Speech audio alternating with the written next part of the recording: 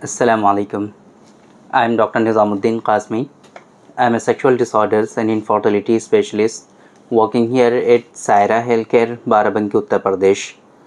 देखिए, erectile dysfunction है ना, इरेक्टाइल डिसफंक्शन क्या होता है, क्यों होता है और कितने तरह का होता है, किन किन लोगों में होने के ज़्यादा चांसेस होते हैं, ये बात तो हमने आप लोगों को कई मरतबा बताई हुई है। बहुत सारी वीडियोस में ये सारी चीज़ें आपको मिल जाएंगी जहाँ पे हमने ये सारी चीज़ें डिस्कस की हुई हैं इरेक्टाइल डिसफंक्शन के बारे में। आज के इस वीडियो में बेसिकली हम एक ऐसे क्वेश्चन के बारे में बात करने वाले हैं, एक ऐसे सवाल के बारे में बात करने वाले हैं जो लोग बार बार पूछा करते हैं कि साहब हमें इरेक्टाइल डिसफंक्शन है, हमारे लिए कौन सी बेस्ट मेडिसिन्स होंगी, हमें इरेक्टाइल डिसफंक्शन है, हमें कौन सी मेडिसिन का इस्तेमाल करना चाहिए, हमें इरेक्टाइल डिसफंक्शन है तो किस तरीके से हम इसको ट्रीट कर सकते हैं, कैसे इसको ठीक कर सकते हैं। ये सारी बातें बार बार लोग पूछा करते हैं। तो आज के इस वीडियो में बेसिकली हम इन्हीं क्वेश्चंस के आंसर करने वाले हैं। आप लोगों को हम बताने वाले हैं कि इरेक्टाइल डिसफंक्शन को आप किन मेडिसिन्स के थ्रू क्योर कर सकते हैं, धीरे धीरे कैसे आप इसको ठीक कर सकते हैं। और अगर इरेक्शन आना बिल्कुल हो गया है बंद, इरेक्शन बिल्कुल भी नहीं आ रहा है, अगर इरेक्शन अब बिल्कुल भी अचीव नहीं कर पा रहे हैं आप, या इरेक्शन आता है तो वो फ़ौरन ही सबसाइड हो जाता है, वो मेंटेन नहीं रह पाता है, अगर इस बीमारी से आप सफ़र कर रहे हैं, तो आज के इस वीडियो में हम आपको बताने वाले हैं कुछ ख़ास मेडिसिन्स के बारे में, कुछ दवाओं के बारे में कि जिनका इस्तेमाल करके आप इस सिचुएशन से अपने आप को बाहर निकाल सकते हैं, आप जो है इस बीमारी से अपने आप को बचा सकते हैं। तो देखिए, इरेक्टाइल डिसफंक्शन के ट्रीटमेंट में तकरीबन दो तरह से चीज़ों को फॉलो किया जाता है। एक तरीक़ा तो ये होता है कि अभी सडन इफ़ेक्ट चाहिए पेशेंट को, है ना, बहुत टाइम हो गया है, घर में अनबन हो रही है, मिसेस जो हैं वो कंप्लेन कर रही हैं, है ना, बहुत मर्तबा ये रिश्ता जो है वो ख़राब होने लगता है, तलाक़ तक की नौबत आने लगती है ना, और बहुत सारे लोगों में इस तरह के इश्यूज़ होते हैं। तो उनको अगर हम ये कहें कि आप जो है हमें 3 महीने का टाइम दीजिए, 4 महीने का टाइम दीजिए, धीरे धीरे आपका इरेक्टाइल डिसफंक्शन जो है वो क्योर हो जाएगा, तो ये चीज़ नामुनासिब है ऐसे लोगों के लिए। ऐसे लोगों के लिए चाहिए सडन इफ़ेक्ट, कि उनकी आज की जो ज़िंदगी है, आप आज का जो उनका जो रिश्ता है उसको जो है बचाया जा सके, उसको बाकी रखा जा सके। वरना अगर हम उनका ट्रीटमेंट करते रहेंगे तो फिर वो रिश्ता तो उनका ख़त्म हो जाएगा, क्योंकि जो फीमेल पार्टनर है वो बर्दाश्त करने को रेडी नहीं है।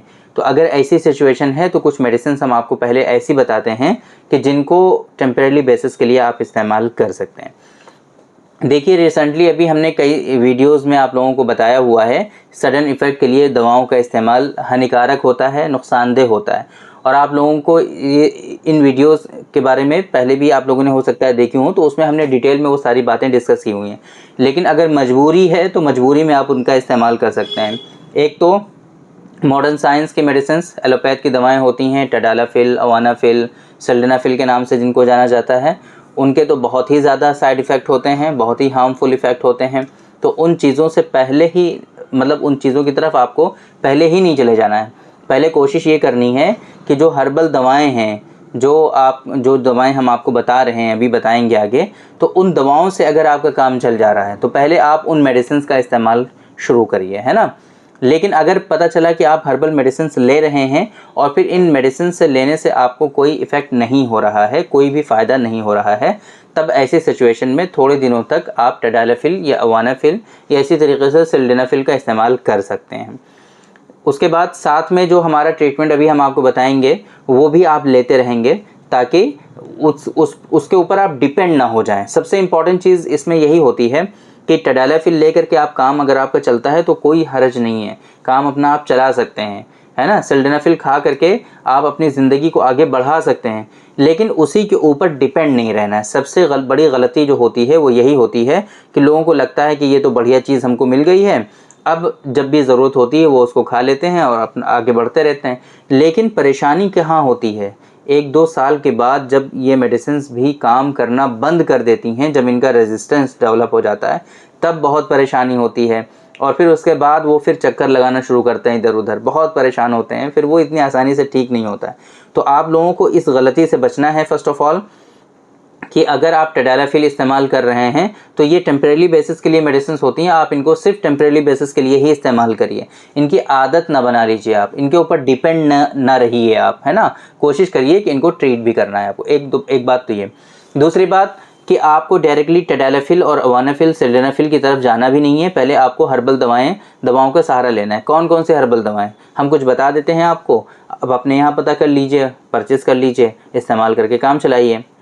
अभी हमने एक रिव्यू किया था फुल फोर्स कैप्सूल का, आप लोगों ने देखा होगा। नहीं देखा है तो फुल फोर्स कैप्सूल हमारे नाम के साथ सर्च करिए, यूट्यूब पे आ जाएगी वो वीडियो, आप उसको देख लीजिए। पहले आप ट्राई करिए फुल फोर्स कैप्सूल, अगर उससे काम चल जाता है बहुत अच्छा है। किसी भी तरह का कोई साइड इफ़ेक्ट नहीं है फुल फोर्स कैप्सूल का, काफ़ी अच्छी मेडिसिन है और कोई भी नुकसान भी नहीं होगा। अगर आपका काम चल जाता है तो उसको आप परमानेंटली भी यूज़ कर सकते हो, उसका कोई साइड इफ़ेक्ट नहीं है। एक बात तो ये। दूसरी बात, नुस्खा ख़ास हमारा इसके लिए काफ़ी इफ़ेक्टिव होता है। नुस्खा ख़ास आप उसका इस्तेमाल कर सकते हैं खुद। नुस्खा ख़ास हमारा, नुस्खा ख़ास, इसके बारे में भी हमारी वीडियो आपको मिल जाएगी। कामरोज़ कैप्सूल है, आप इसका इस्तेमाल कर सकते हैं, इसके बारे में भी हर एक मेडिसिन के बारे में सेपरेट वीडियोस हमारी मिल जाएंगी, आप डिटेल में वो उन वीडियोस को देख सकते हैं। नुस्खा ख़ास है, फुल फोर्स है ना। इसी तरीके से कामरोज़ कैप्सूल है। बादशाही गोल्ड के बारे में हमने आप लोगों को बताया हुआ है, बादशाही गोल्ड आप इस पर्पज़ के लिए इस्तेमाल कर सकते हैं। सदर का मुगल्लिस जवाहरी है, आप उसका इस्तेमाल कर सकते हैं, है ना। मून हर्बल का जो शावर ख़ास है। तो ये तकरीबन 6-7 दवाएं हमने आपको बता दी हैं। आप इनमें से किसी एक का इस्तेमाल कर लीजिए। वाइफ से मिलने के आधा घंटा पहले, पौन घंटा पहले तकरीबन खाने से आमतौर पे इरेक्शन लोगों को आता है। तो आप टेम्परेरी बेसिस के लिए इन 6-7 दवाओं में से कोई एक जो भी आपके लिए सूटेबल हो आप वो ले लीजिए, इस्तेमाल करिए। ये बात हो गई टेम्परेरी बेसिस के लिए। अब परमानेंटली आपको क्या करना है, इस बात को थोड़ा ध्यान से सुनिए। देखिए, परमानेंटली क्योर के लिए कुछ खास मेडिसिन होती हैं, उनका इस्तेमाल करना है। आमतौर पे आपको परमानेंटली क्योर जब आपको करना है तो उसके लिए आपको देखना पड़ेगा कि ये इरेक्टाइल डिस्फंक्शन जो हो रहा है ये क्यों हो रहा है। इरेक्टाइल डिस्फंक्शन के पीछे के कॉजेज़ क्या हैं, किस वजह से आपके अंदर इरेक्टाइल डिस्फंक्शन हुआ है। मेनली 2-4 कॉजेज़ इंपॉर्टेंट होते हैं, है ना। कॉजेज़ वैसे तो कई सारे होते हैं, लेकिन उसके पीछे के जो असल मतलब जिस वजह से इरेक्टाइल डिस्फंक्शन होता है वो मेनली 2 हमने देखे हैं। क्या? एक तो ये कि पेनाइल मसल्स जो होते हैं वो बहुत वीक हो जाते हैं। पेनाइल मसल्स जो होते हैं वो बहुत वीक हो जाते हैं। दूसरा, उनके अंदर हार्मोनल इम्बैलेंस होता है। ये 2 रीज़न बहुत कॉमन हमने देखे हैं। बाकी और चीज़ें तो बहुत अपर हाई लेवल की होती हैं, है ना। जैसे कि किसी के अंदर आर्टेरियल इनसफिशिएंसी हो गई, तो ये सारी चीज़ें तो बहुत ही रेयर, बहुत ही कम लोगों में होती हैं और उन सारी चीज़ों का इतना आसानी से ट्रीटमेंट भी नहीं होता है ना। तो फिर बेहतर क्या है कि इतना मेजर इशू नहीं सोचते हम लोग। ज़्यादातर लोगों में जो इश्यूज़ होते हैं हमने देखा है वो उनकी पूरी की पूरी डायग्नोसिस इन्हीं 2 चीज़ों पर घूमती है। एक क्या कि जो पेनाइल मसल्स होते हैं वो कमज़ोर हो जाते हैं। दूसरा, उनके लाइफस्टाइल के ख़राब होने की वजह से उनके अंदर हार्मोनल इम्बैलेंस होता है। तो आपको देखना है कि इन दोनों में से आपके अंदर क्या है। हो सकता है आपके अंदर इरेक्टाइल डिस्फंक्शन जो हो रहा है उसके पीछे के ये डायग्नोसिस हार्मोनल इम्बैलेंस हो, ऐसा हो सकता है। दूसरा ये हो सकता है कि आपने मास्टरबेशन बहुत किया है, आपने सेक्स बहुत किया है, या आपके अंदर जो है नाइटफॉल की शिकायत बहुत ज़्यादा रही है, आपके अंदर जो है दांत की शिकायत प्रीवियसली बहुत ज़्यादा रही है, आपका डाइजेशन सही नहीं रहता है। तो इन सारे कारणों से आपके अंदर जो एक मेजर डायग्नोसिस बनती है वो बनती है पेनाइल मसल्स के वीक होने की, या हम उसको आसाबी कमज़ोरी कहते हैं, या फिर पैल्विक फ्लोर, पूरे पैल्विक फ्लोर मसल्स जो होते हैं वो वीक हो जाते हैं आपके, ये डायग्नोसिस बनती है। या तो आपके अंदर हार्मोनल इम्बैलेंस होगा या आपके अंदर ये वीकनेस होगी, आसाबी कमजोरी, या ऐसा हो सकता है कि दोनों ही चीज़ें आपके अंदर हों, आसाबी कमजोरी भी हो सकती है और आपके अंदर हार्मोनल इम्बैलेंस भी हो सकता है। तो अब ये डायग्नोसिस आपको पता होनी चाहिए। अब अगर आपके अंदर कंफर्म हो गया कि आपके अंदर हार्मोनल इम्बैलेंस है तो परमानेंट क्योर के लिए आपको पहली फुर्सत में क्या करना है, उसको बैलेंस करने की कोशिश करनी है। कैसे? डाइट प्लान से, है ना। आपको खाने पीने में ख्याल रखना है, टाइमली जगना है, टाइमली सोना है सही से, है ना। आपको स्ट्रेस नहीं लेना है, बिल्कुल रिलैक्स रहना है, मॉर्निंग वॉक करना है, अर्ली मॉर्निंग उठ करके मॉर्निंग वॉक पे जाना है, रात को जल्दी सोना है। कोशिश करनी है कि 7-8 घंटे की नींद जो होती है वो आपको रात में ही पूरी करनी है। इस तरीके से अपने लाइफ स्टाइल को सेट करना है। इसके अलावा हार्मोनल इम्बैलेंस के लिए हमने आपको कई मतलब नुस्खे बताए हुए हैं। मेडिपावर है हमारा जो नुस्खा है, डॉक्टर कासमीज़ नुस्खा नंबर 156, बहुत इंपॉर्टेंट है इसके लिए, आप उसका इस्तेमाल कर सकते हैं। सबसे इम्पॉर्टेंट चीज़, सबसे बेस्ट जो मेडिसिन है हार्मोनल इम्बैलेंस को ट्रीट करने के लिए, वो है रेड हॉर्स कैप्सूल। हिमक्योर का रेड हॉर्स कैप्सूल आपको मिल जाएंगे, आप इनका इस्तेमाल कर सकते हैं। बहुत इफेक्टिव हैं ये हार्मोनल इम्बैलेंस के लिए। इनके अंदर सिम्टम्स भी उसी तरीके के आते हैं। अभी देखिए वीडियो बहुत लंबी होती जा रही है, इस वजह से थोड़ा सा शॉर्ट में बताते हैं आपको, है ना। तो सिम्टम्स वगैरह पे नहीं बात करेंगे। एक बात तो ये कि हार्मोनल इम्बैलेंस को इस तरीके से आपको क्योर करना है, 3-4 महीने का टाइम देना है आपको। जब ये हार्मोनल इम्बैलेंस आपका धीरे धीरे ठीक होने लगेगा तो आपको इरेक्शन भी बेहतर दिखने लगेगा, ऑटोमेटिक। मेडिसिन लेने की कोई ज़रूरत नहीं है, फर्स्ट ऑफ ऑल। दूसरी बात, अगर आपके अंदर पेल्विक फ्लोर मसल्स वीक हैं तो फिर इसके लिए आपको क्या करना है। हमारा जो नुस्खा है डॉक्टर कासमीज़ नुस्खा नंबर 108, इसका इस्तेमाल बहुत इंपॉर्टेंट है। इस पर्पज़ के लिए आप उसका इस्तेमाल करेंगे। लोकली एप्लीकेशन के लिए डॉक्टर कासमीज़ नुस्खा नंबर 104 जो ऑयल है उसको अप्लाई करेंगे, बहुत इंपॉर्टेंट है। अगर आप डायबिटिक हैं या नॉन डायबिटिक हैं तब भी, दोनों ही सिचुएशन में हमारी जो टैबलेट्स हैं डॉक्टर कासमीज़ नुस्खा नंबर 105 साथ में आप उसका इस्तेमाल करेंगे। चाहे आप हार्मोनल इम्बैलेंस के लिए ट्रीटमेंट ले रहे हैं, चाहे आप पेल्विक फ्लोर मसल जो वीक है उसके लिए आप ले रहे हैं, दोनों ही सिचुएशन में विंटॉक्स कैप्सूल साथ में ज़रूर इस्तेमाल करेंगे आप। विंटॉक्स कैप्सूल बहुत इफ़ेक्टिव होते हैं, इनका इस्तेमाल करेंगे।